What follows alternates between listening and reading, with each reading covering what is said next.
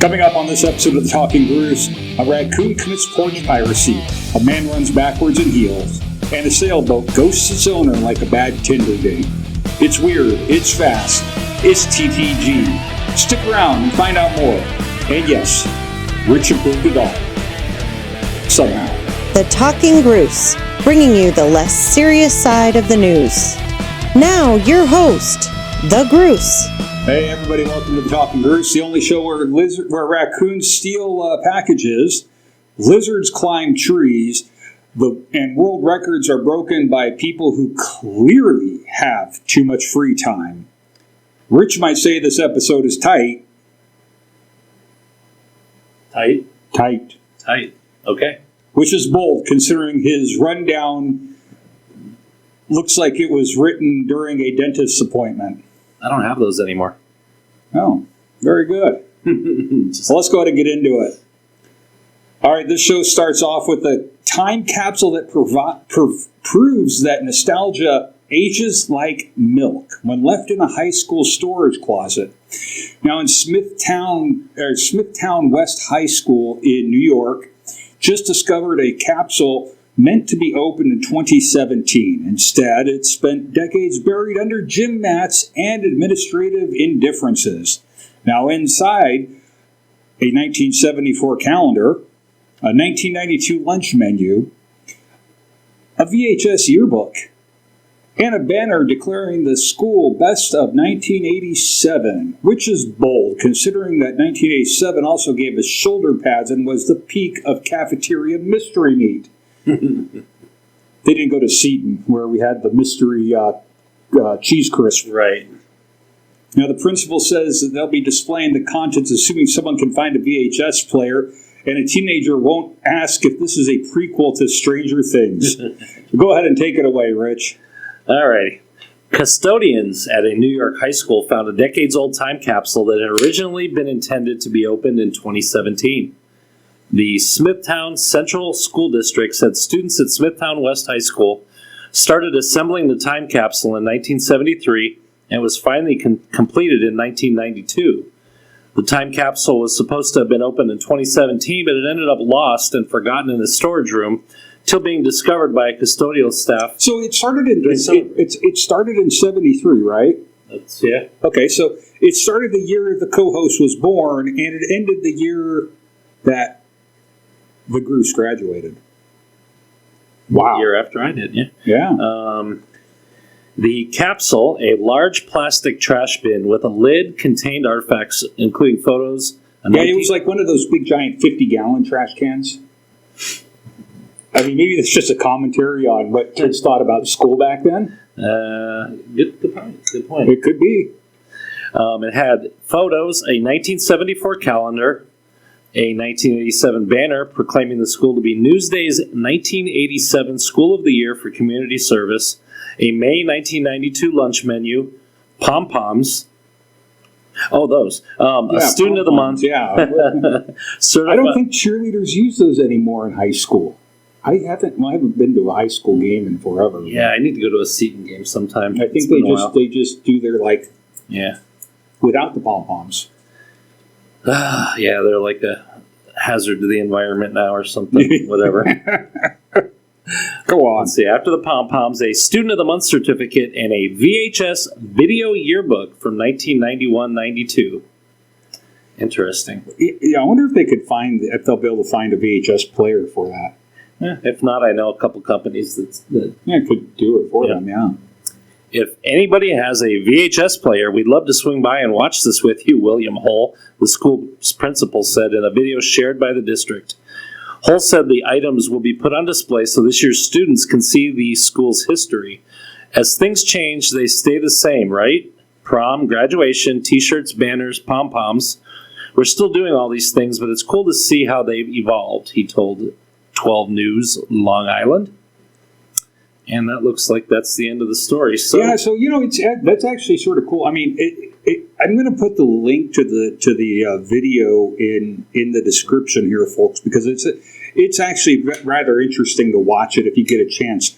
We'll have to link to it, and you get to see everything that they pulled out of there. I mean, they filled this big old 50-gallon trash can full. Could you imagine some of the stuff from the Seton time capsule? One of those white or yellow uniform shirts. Yeah, like we wore. Yeah, yeah, with the sentinel here. Yeah. Or you know what they really need is you need to take one of the pens that Mr. Richard picked his nose with. Ew. or just contaminate the whole. Or they need to take a dry erase marker that's all mushroomed from Mr. Anthony. People, please, this is crucial. Or what were the flowers that you guys messed with and you got in trouble for? Oh, oh God. It wasn't azaleas. It was something. No. They weren't poinsettias. Oleanders. Oleanders, yeah. Yeah, pick one of the oleanders from the courtyard. Yeah. Which isn't there anymore, by the way. No, it's not. It's not there anymore. They got tired of people like me and the boys doing that. Well, anyways, this next story takes us further down the East Coast. A sailboat washes ashore in Myrtle Beach, completely abandoned. It's like the SS Minnow after a failed GPS update. No crew, no distress call, just one lonely vessel, a beach full of confused tourists, wondering if they've stumbled onto a reboot of Gilligan's Island Coastal Edition. Just sit right back and you'll hear a tale of a fateful trip. Now, authorities say it's not criminal, just nautical confusion, which, to be fair, is how most cruise itineraries are written. You never taken a cruise? No. Yeah, and so I agree with. That's why I put that in there. I had a chance to, but you passed on it. I had to pass on it because of business reasons. Okay, so let's go ahead and dive into this mystery, the Maritime Shrug, and why Rich thought we needed coconut radios for this segment. The professor would have been proud. Just coconut go on. Radio. Read the art story. I'm here to provide insightful commentary. Visitors to a South Carolina beach came across an unusual hazard on the coastline. An unattended sailboat washed up onto the sand.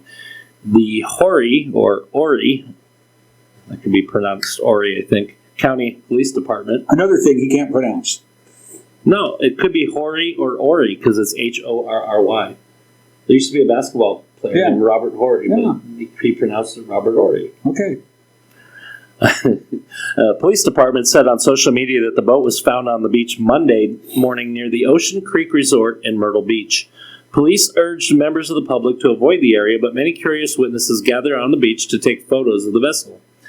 This is a little unusual. I lived out here most of my life, local resident Elton Johnson, no relation to Elton John. Well, yeah, Johnson, of course, you know. I've never seen a sailboat this close washed up on the shore like this. The police said they were able to contact the owner of the boat, and no injuries were believed to have been involved in the sailboat's stranding. It was unclear how it came to be on the beach, but some witnesses reported seeing it floating on the ocean Sunday hours before it came ashore. The boat was removed by a salvage company contracted by the owner Monday afternoon. The U.S. Coast Guard said more information on the incident will be made available pending the outcome of an investigation, which will go on and on and on. Now, didn't we covered some time ago in one of our, I think in season 1, a story very similar to this. So, here's the mental note, kids. If you own a boat, please make sure it's securely fastened to the dock. Get an anchor. And make sure it's securely fastened to the dock. Yeah. Now let's go across the puddle for this next one. Firefighters in Berkshire, England, responded to a call for an animal in distress and ended up rescuing a pet lizard from a tree. Now that's right. Not a cat. Not a cat. A lizard. Yeah, not a kitten, but a cold-blooded climber with zero regard for gravity or tradition. Now, in America here, we rescue cats from trees. In Britain, apparently it's reptiles with a flair for drama. Now, the crew spent 41 minutes coaxing down, which is roughly about the same amount of time Rich spent trying to explain why this segment needed a big fog machine and a British narrator. Here, lizard, lizard, lizard. Go on, Rich, with the story. Firefighters in England responded to a call for an animal in need of rescue in Berkshire and ended up saving a pet lizard stranded high up in a tree. The Royal Berkshire Fire and Rescue Service said in a news release on Tuesday that firefighters from Wokingham, I wouldn't want to live there, fire station responded to reports of an animal in need of rescue on Herne Road in Woodley at about 7:30. Once again, the names of these British towns and cities are just great. Yeah. I mean, they are just great. I don't know what. I know it's steeped in a lot of tradition and everything, but why these names? Hello, welcome to Wokingham. It's like Surrey, England. The crew arrived to find a lizard was stranded on a high branch in a tree. Wow, a lizard in a tree on a branch. That never happens. Oh, it's better than a lizard on the side of the 101 at rush hour traffic. Yeah, it wouldn't last very long. Well, no, we had that, remember? They found a monitor lizard. Yeah. You know. Go on. Firefighters scaled a ladder to reach the lizard's location and brought it back down to solid ground. The lizard was safely reunited with its owner, and the firefighters were on the scene for about 41 minutes. You know, why would something? How do you? I mean, I wouldn't have a pet lizard to begin with. Did they miss tea time? Yeah, that's another question I'm always wondering about. You know, but it's good to know that most of our stories this week have the ones that were worthy of the less serious news have all taken place on the East Coast or overseas. You know, nothing in our own backyard. No crazy Arizona stuff today. Yeah, not today. I mean, we love crazy Arizona stuff because especially if it happens in Tucson. So fun to bag on. Tucson and Apache Junction are the fun places to beat on. Right. When Dave Pratt used to... The Junction. Apache Junction. Now, we haven't had one of these stories in a while. It's a masked thief, about a masked thief. So let's wrap up the less serious side of the news with this one. In Plattsburgh, New York, no getaway car, no accomplices, just one raccoon, one Chewy box, and a hunger for pet food that FedEx never saw coming. Security footage showed the furry bandit shredding a $93 package like it owed it money, then coming back the next night to check for seconds. Now we'll unpack the footage, the refund, and why Porch Piracy now includes tiny hands and a tail. So not only are they taking your DoorDash down, but they're taking your dog food too. Damn raccoons. What are we going to do with them? So New York resident's home security camera. What? Take them to McDonald's. In Canada? Yes. Okay. A New York resident's home security camera captured the moment a package was stolen from their porch by a masked porch pirate, a raccoon. The Plattsburgh resident said the Chewy box, which contained $93 worth of pet food, meant to be returned. Oh, it was a return by FedEx to FedEx or through FedEx. Had been left in a bin on the porch to be picked up by FedEx. A local raccoon had other plans, however, and the security camera recorded a video as the hungry animal shredded the box and feasted on its contents. Well, the dog wouldn't eat it, but the raccoon would. The resident said their camera also recorded the raccoon returning on subsequent nights to check the mail bin for more edible goods. They said Chewy understood the situation and still issued a full refund. A Texas resident faced a similar situation in 2024 when a box of cookies delivered to their front door became a treat for a neighborhood opossum. No, it's a possum, not an opossum. It's not an opossum. Possums. Opossum. Opossum. Yeah, it's not just a possum, it's an opossum. Opossum. Opossum. Oh, yeah. Obey. The South Lake Police Department shared security camera footage of that theft on social media. Yeah, so the raccoons are back at it again. Yeah. You know, it's good to see that they're still out there doing their thing. Go bang through the trash cans in the middle of the night and wake up the neighborhood. Absolutely. Absolutely. Once again, I'll go ahead and put the link to that story in the comments because it's a good video. It's a long video, so I didn't want to put it in here for the actual telling of the story. So. What about the opossum? No, there's no video on the opossum.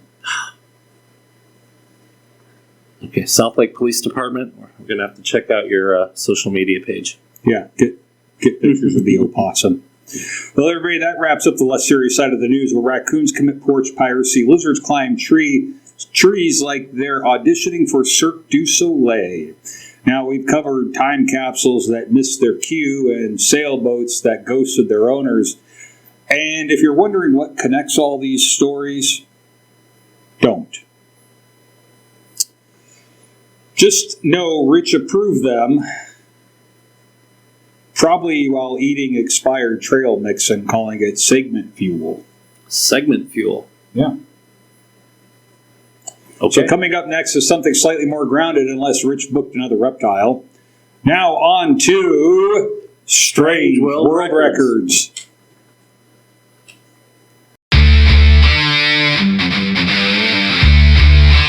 Hey everybody, welcome to Strange World Records. It's the part of the show where logic takes a coffee break and ambition gets duct tape on a pogo stick. Now this episode we're celebrating the brave few, who looked at a normal hobby and said, let's make it painful, confusing, and somehow Guinness approved. Adjudicators, yeah, where are you? Now we've got barefoot Lego sprints, backward high heel dashes, and a man who launches ping pong balls with his mouth like he's auditioning for a cruise ship sideshow. Now these records, these aren't records you've trained for. They're records you survive. And yes, Rich booked all of them, which explains a lot. Let's get weird. Now first up, we have a story that proves pain is temporary, but Guinness glory? That's forever. At least until somebody else breaks it. Yeah, true. Now in Christchurch, New Zealand, a woman ditched her shoes, her comfort, and arguably her sanity to sprint barefoot across 100 meters of loose Lego bricks. Ow. Ah. How many expletives did she at least say in her head?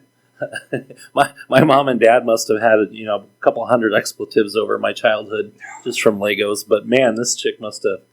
That's 661 pounds of childhood trauma that was weaponized.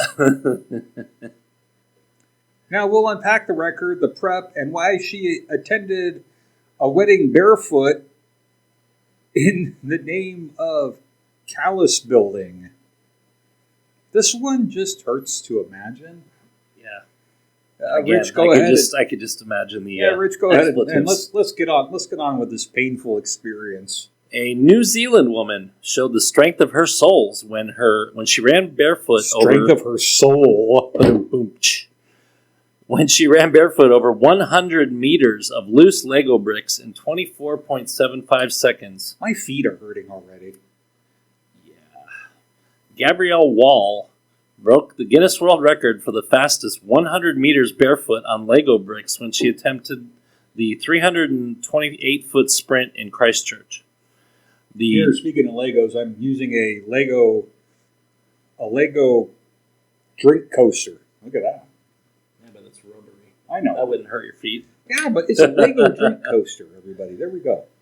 Go on. The track was covered in 661 pounds of Lego bricks donated by Imagination Station, a New Zealand nonprofit that uses Lego pieces for robotics and mechanics education. Not after that, they won't. All right. Wall said she spent 2 entire months barefoot to build calluses in preparation for her attempt, even attending a wedding without any shoes. She go and walk on pool decks for like... Well, if they don't miss New Zealand, it's not Arizona. Right? Yeah, that's what we would do here is walk on pool decks. Even cool decking is not cool. I mean... I am proud to have pushed myself to new limits, Wall told Guinness World Records. The record-keeping organization said the mother of 2 has probably stepped on the plastic bricks more times than she can count, especially now. What this reminds me of is, people stories about people that would walk on hot coals. Yeah. Yeah, that's what this comes to. I think I'd rather walk on hot coals. Or glass. Yeah. So, in our video, Gabrielle is wearing sunglasses, presumably to hide her tears from the pain of standing on all that Lego, Guinness World Records said. Well, Wall said she is considering attempting more Lego-based Guinness World Records, but for building rather than running. Oh, yes, there we go. And there's got to be a world record for the amount of expletives that she said while she was running. I would agree. There has to be. I mean, yeah. There has to be. She had to have, had said every name in the book 3 or 4 times while running across those. Go on. Is that it? That's it. That's... Whew. God. I don't know. I love Legos. Oh, yeah. Oh, my God. Hopefully there was none of, the corner pieces of spaceships with, the really... Oh, yeah, the really pointy thing. Oh, yeah. God. Oh, ow. Yeah. Ah. Well, next up isn't nearly as painful. It's actually sort of tasty. A culinary flex so bold that it could only come from Windsor, Ontario. Smokies Barbecue just rolled out an 81-foot beef kebab wrap.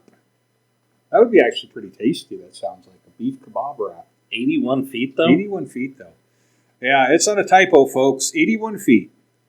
One continuous stretch of grilled ambition. And yes, it's a Guinness World Record attempt. They served it in 1-foot slices to the public afterwards because nothing says community outreach like a meat ribbon longer than a semi-truck. The story has beef pride and just enough chaos to make it the Talking Gruse worthy. Go ahead. All right. An Ontario eatery has attempted a Guinness World Record by preparing a massive ground beef kebab wrap that ended up measuring 81 feet long. And are we posting the video? Because that looks... Well, yeah, we'll have the video playing behind it. The video's playing behind us here, folks. All righty. It looks like almost like one of those, really long subs, but wrapped in taco wrap or whatever. Tortillas. Tortillas. That's the word I was Tortillas now, according to the co-host, they're not tortillas. They're taco wraps. Okay, you got that? Flour everybody? tortillas. Flour taco wraps. Smokey's Barbecue on Ottawa Street in Windsor took the record for longest ground beef kebab wrap. Took on the record. They didn't take the record. I guess the adjudicators are still adjudicating. They ate it to see if any of them are going to get food poisoning. Right. And if they get food poisoning, it will not pass the world record. Or it will pass the world record, and it will also be the world record for the largest kebab to cause food poisoning. It will pass the world record, and it will pass right through them. Yeah, if they're lucky. If the attempt is approved by Guinness World Records, the eatery will become the first to hold the record, so it's a new one. Mm. We're the first to attempt this, Smokey's owner, Tigran. Wow, what is this? This looks like a Slavic name. Kadevchian. Close enough. Yeah, Kadevchian.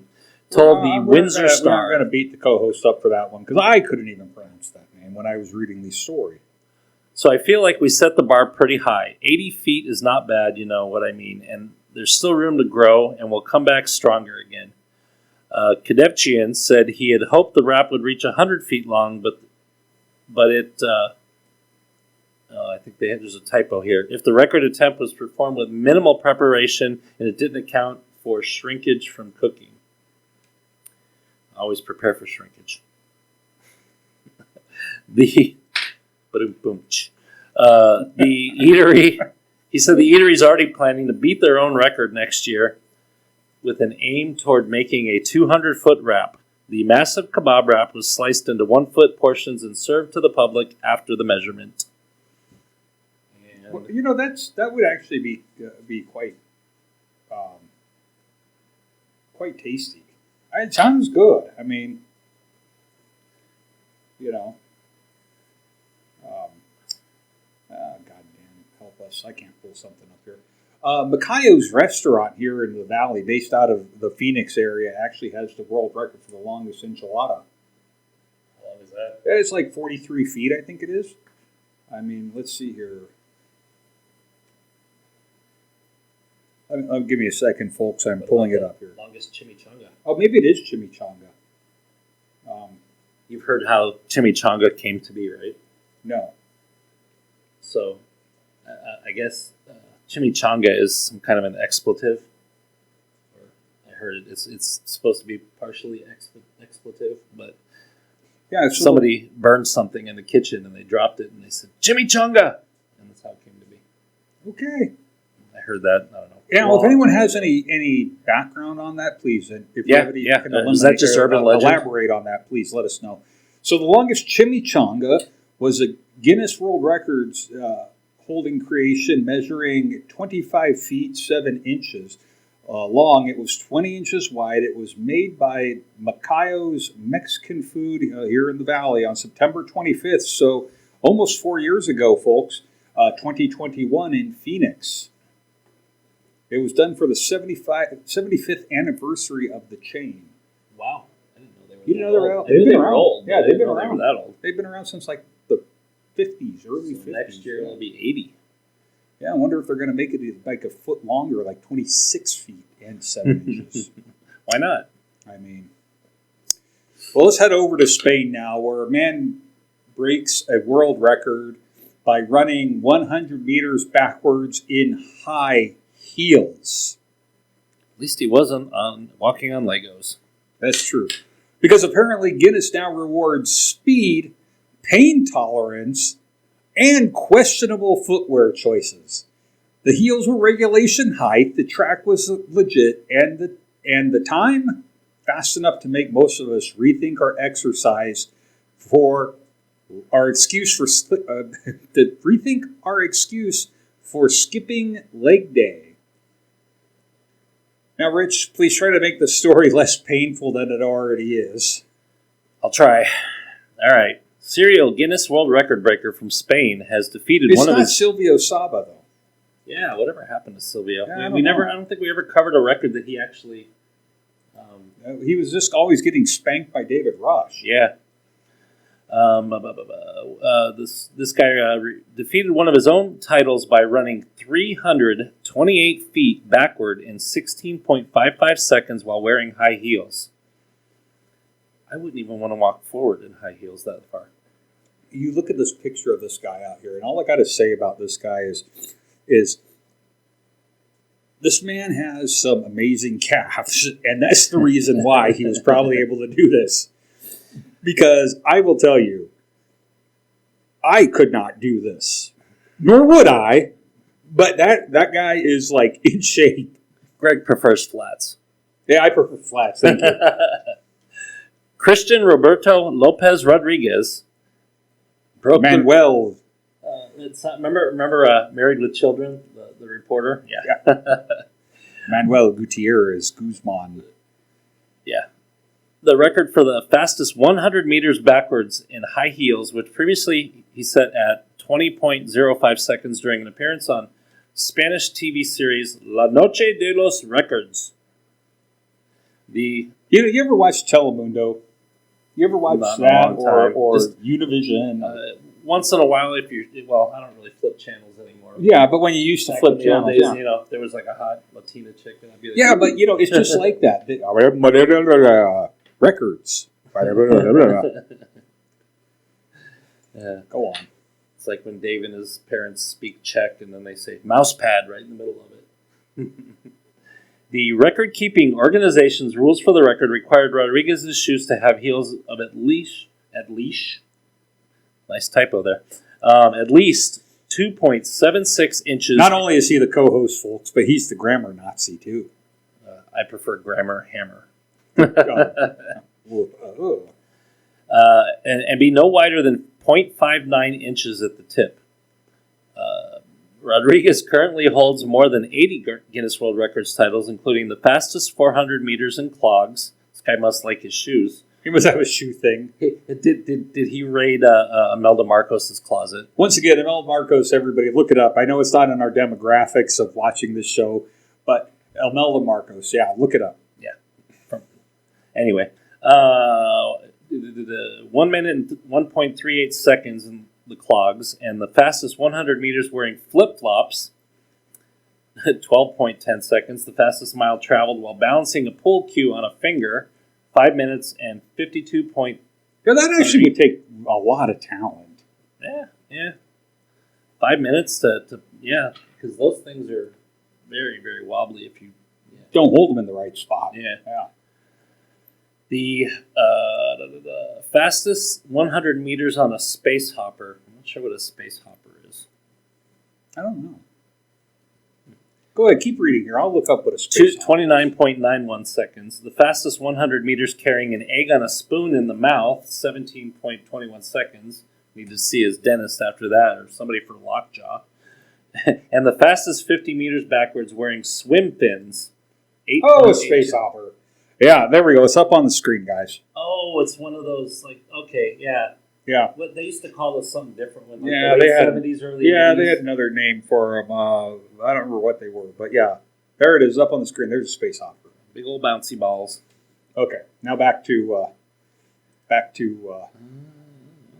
Manuel Noriega Marcos. Is that it for him? No, just lots of ads. Oh, that is it. Yeah, that was it all for the him. ads before the end of the story. Gotta love UPI. Yes, well, no, we do. We're very thankful for UPI for providing this wonderful odd news for us to go ahead and comment and make fun of, and you guys out there are very happy. I can agree that you guys are probably happy to see this odd news. Now, what would be a Strange World Records segment without David Rush? Now, he's back. And this time he's spitting ping pong balls at a wall. Like What? It's a cruise ship talent show gone feral. But why does it seem like he should be here? Dun dun dun in the background every time like one of these goofy records gets. It's because they're that that's just the way they are. Now we're going to break down the technique, the cruise ship setting, and why this man holds over 180 Guinness World Records without ever asking, should I stop? Now, Rich, wouldn't he be a quitter? If you stop, yeah. So, Can you please read the story while I figure out why you wrote segment notes on the back of a napkin from Arby's? because they brought back the barbecue for one day only. Ooh. Go on. A serial Guinness World Record breaker, our good friend David Rush, took some time during an ocean cruise to spit a table tennis ball at a wall and break one of his own records. Again, David Rush, who holds the most concurrent Guinness World Records titles at more than 181. Oh, we don't have an exact number right now. It's just more than 181. Well, because remember, some of them probably are still waiting to be adjudicated. Yeah, They're still in the hands of the adjudicators. Balance them well. Said he was somewhere in the North Atlantic Ocean aboard the Disney Wonder cruise ship when he broke the record for most table tennis balls bounced against the wall with the mouth in 30 seconds for the third time. He originally set the record at 43 bounces, bested his own title in 2024 with 47 bounces, and this time he managed to break the record for a third time with 51 bounces on day 5 of his cruise.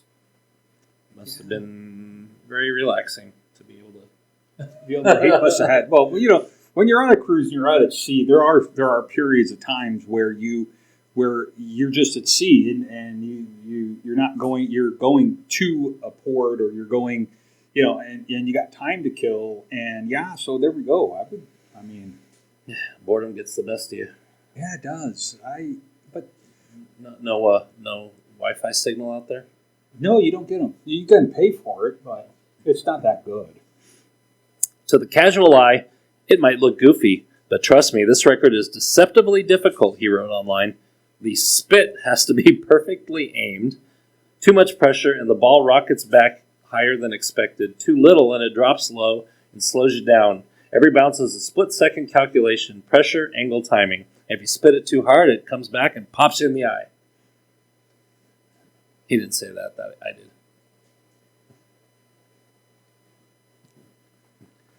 did. Greg can't handle the balls in the mouth anymore.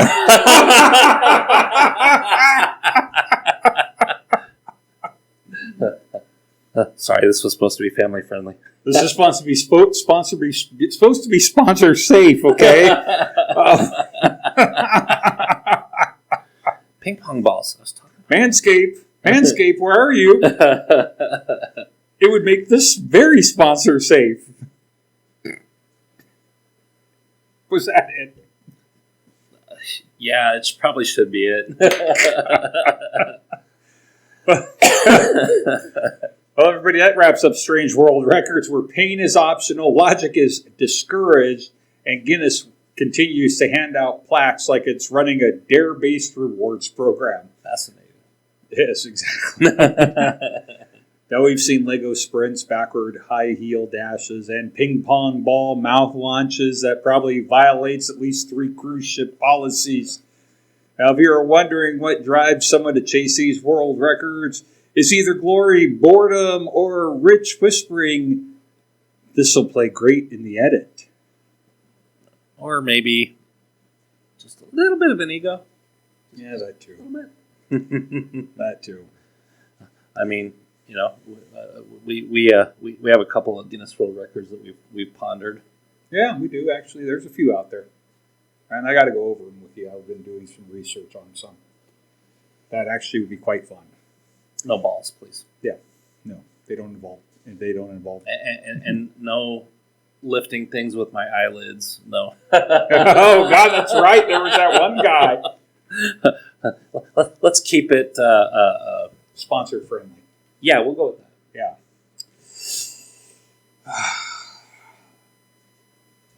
Well, everybody. Well, no, yeah. Where to go from now there? that the Gruse is speechless, which never happens. Yeah, no, it doesn't. Let's go on. I'm going to. This is a little sidetrack from our normal show. We always bring everybody the less serious side of the news, but this week that the show is being recorded, there was actually a great tragedy in our nation. There was the assassination of the podcaster and the conservative movement from Turning Point USA. From Turning Point USA, Charlie Kirk.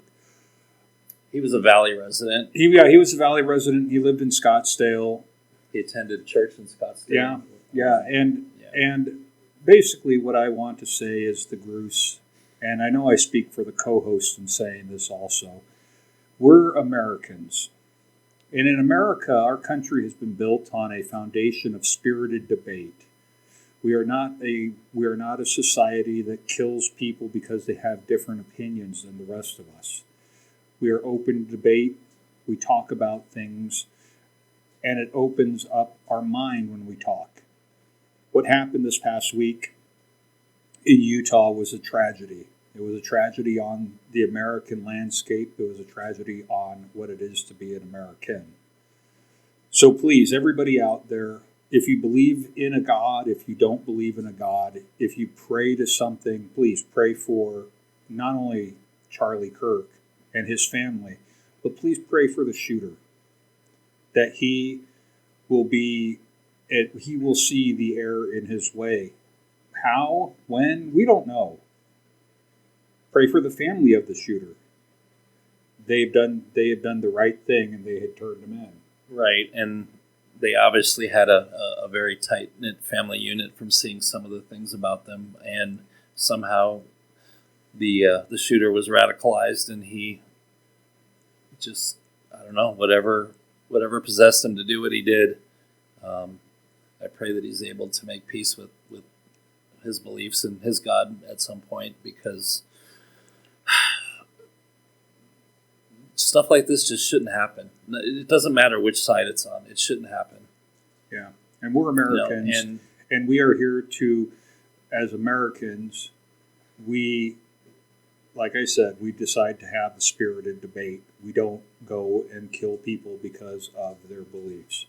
The last time someone was killed from their beliefs, Martin Luther King.